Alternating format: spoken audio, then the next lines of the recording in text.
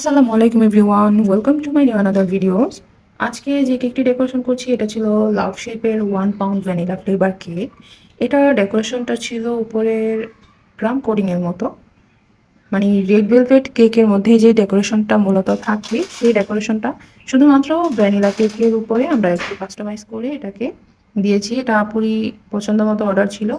এটা রীতিমতো আমার পেজে এই পর্যন্ত 4 থেকে 5টা সেল হয়েছে। এই ডিজাইনটা সবাই এত পছন্দ করেছে যে কি বলবো, আমার নিজের কাছেও পার্সোনালি এই ডিজাইনটা খুবই পছন্দ হয়েছে। রেড ভেলভেট কেকের মতো করে ডেকোরেশন করা, মানে রেড কেকের ক্রামস দিয়ে, তারপর দেখতে পাচ্ছেন খুবই সুন্দর লাগে আর দেখতেও এতটা পরিমাণ এলিগেন্ট আর এতটা পরিমাণ গর্জিয়াস লাগে এই কেকটা যে কি বলবো। একেবারে সিম্পল ডিজাইন, কিন্তু তারপর সিম্পলের মধ্যে একটা গর্জিয়াস ব্যাপার থাকে না, সেই রকম একটা গর্জিয়াস ব্যাপার আছে এই কেকটার মধ্যে।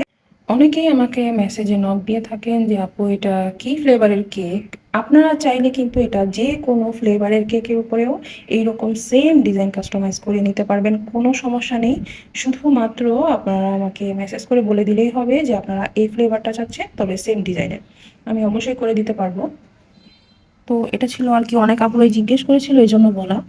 যাই হোক, এরপর আমার ডেকোরেশনটা মিনিমাম অনেকটাই কমপ্লিট করে নিয়েছি আমি। আর এটাকে কভার করতে কি পরিমাণ যে ঝামেলা, তা খুব ভালো করে আমার এই কদিনে বোঝা হয়ে গেছে। আসলেই এই কেকের ক্রাম্সটা পুরো কেকটার মধ্যে কভার করতে খুবই কষ্ট হয়। আপনি চাইলে আপনার পছন্দ মতো ভ্যানিলা ফ্লেভার অথবা চকলেট ফ্লেভারের উপরেও আমরা এই সেম ডিজাইনটা করে দিতে পারবো। এরপর আমি মিনিমাম অনেকটাই ডেকোরেশন কমপ্লিট হয়ে গেছে, যেহেতু সিম্পল ডিজাইন, খুবই সিম্পল। এটার মধ্যে আমি শুধু ফ্লাওয়ারটা চেঞ্জ করে দিয়েছিলাম। এর আগে আমি যে ফ্লাওয়ারটা দিয়ে কেকটা তৈরি করেছিলাম সেটা ছিল ডেইজি ফ্লাওয়ারের মধ্যে, আর এটা যে আমি রোজ ফ্লাওয়ারের মধ্যে করেছি। তো অবশ্যই ডেকোরেশনটা কেমন হয়েছে আপনারা আমাকে জানাবেন। ভালো লাগলে লাইক কমেন্ট শেয়ার করবেন, আমার পেজটিকে ফলো করে দিবেন। আল্লাহ হাফেজ।